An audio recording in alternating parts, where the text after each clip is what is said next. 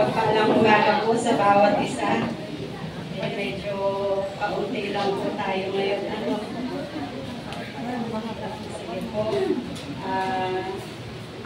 Tayo po ay lumako sa ating ikalawang bahagi ng ating programa, ang pagbibigay po. Ito po ay kanina lang po ibinigay ng Lord sa akin umaga po ng gumising.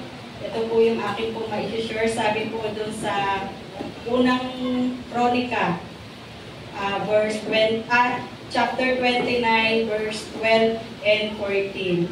Sa Tagalog po babasahin, no? Sabi po dun sa 12, sa inyo nagmumula ang kayamanan at ang karangalan, at kayo ang naghahari sa lahat.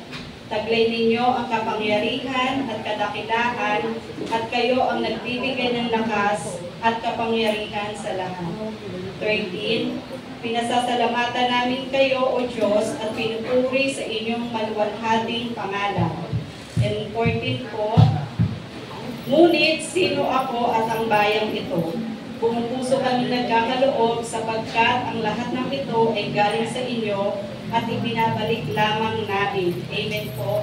No, sa verse pa lang po nito, no, na sa ating pong binasa, no, sa verse 12 na sinabi po ng ating pong Panginoon, no, na sa Kanya po lahat talaga nagmumula. Ano man po yung meron po tayo mga sa atin sa buhay po natin na to, no? Meron man po tayong kayamanan, bahay, lupa, kotse, lahat po talaga, no, nakita po natin na sa Kanya po talaga lahat nagmumula at wala po talagang wala po talaga tayo, no, kung hindi po dahil sa ating Panginoon.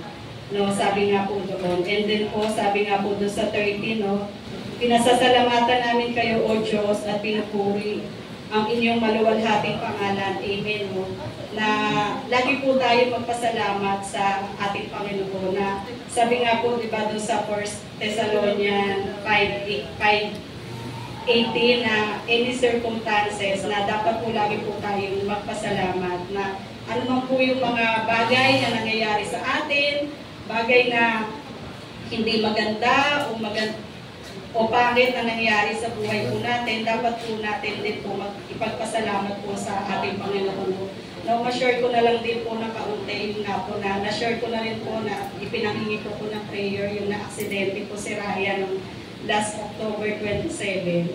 Nung ako po kasi talaga, kapag alam ko po yung time na labas po nila, inaorasan ko na po iyan. Kapag na-late po, talagang tinatawagan ko na po sila kahit po yung mga anak ko. Kapag alam ko na late na doon sa oras ng uwi, tumatawag po ako. So means hindi pa po na-late si Ryan before 8, parang gano'n na nag-chat po siya sa akin na sabi niya, may na-aksidente ako. Pero yung ako po, yung reaction ko is kalmado lang. Yung kumbaga, kumusta ka naman? Yun agad yung tanong ko sa kanya, kumusta ka? At ano ba yung nakaanuhan mo, nakabanggaan mo? So, yun nga po sabi niya, motor din. So, kumusta yung nakabanggaan mo? Yun din po yung tanong ko sa kanya na kumusta. Pero yun nga sabi, may mga konting galo siya. Tsaka yung nakaanuhan niya. Tapos ako, yung reaction ko po talaga is kalmado lang na, pero andun, saan po ba tayo tatawag? Diba? Siyempre po sa Lord. Siyempre po yun po yung unang ano ko na, Lord, sana po, ano man po yung nangyari sa kanila, pareho o nakapagkaan niya, okay po sila. So, ayun po yung pinagpapasalamat po sa Lord na although hindi man po magandang nangyari, at sa motor po namin, hindi po talaga, pero sa kanya po, yung okay po siya na wala naman po masyadong gas-gas, yun po yung pinagpapasalamat po sa Lord. Kahit yung motor, medyo hindi po okay lang po yun, wag lang po talaga yung buhay po syempre, di ba?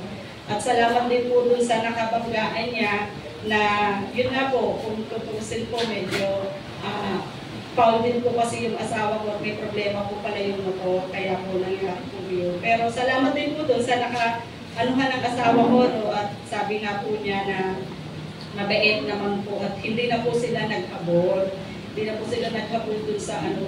At pagdating ko nga po doon, sabi tapos na po yung usapan. Wala na daw po pag-uusapan, okay na daw po. Pero yun, ang hingi lang po sa amin ng 500 para po din sa damage po ng motor nila. So yun po yung ano na nagpapasalamat po tayo sa Lord na hindi lang po sa pangit, kundi na nangyayari sa atin, di ba? Kahit po anong mangyari, dapat lagi po tayo nagpapasalamat sa Lord. Tsaka dun po yun sa mga sa tao na ganoon na pag-iisip, na madali din pong nakaintindi, di ba? Sabi, okay na daw po. Pero nung time na yun, naano ko nga po sila na magpa-doktor, syempre x-ray, ganyan. Pero hindi na po sila umano, sabi, sagot na daw po nila, wala na daw po problema. Kasi naintindihan din daw po nila na mas malaki po yung magagastos po namin doon sa gagastusin sa motor. So yun po, tapos po, di ba, sa 14, sino ako at ang bayang ito? Diba? Sino po ba tayo sa harapan ng Panginoon? Diba po? Wala naman po talaga tayo kung wala po ang Diyos sa buhay po natin. Diba po? Kaya lahat po talaga ng meron po tayo ay nanggagaling lamang po sa Lord. Kaya marapat lamang po talaga na magbigay po tayo sa ating Panginoon. Ano man po yung ibigay ng Lord sa puso natin, na ibibigay po natin sa ating Panginoon. Ang Lord naman po ang nakakaalam kung ano man po yung mga sitwasyon natin sa buhay po natin ngayon. No? Na po ang nasa puso natin is more than 10% or hindi po, alam naman po ng Lord yun. At kusa naman po siyang magpapala po sa ating lahat. Sige po, tayo po manalangin. Salamat po, Panginoon Diyos, sa umagang ito. Salamat po, O Lord, sa mga biyaya, Panginoon, na pinagkakaloob po sa amin. Lord, salamat din po na patuloy po kami, Panginoon, na Lord, na tumatayo sa habag at biyaya mula po, Panginoon.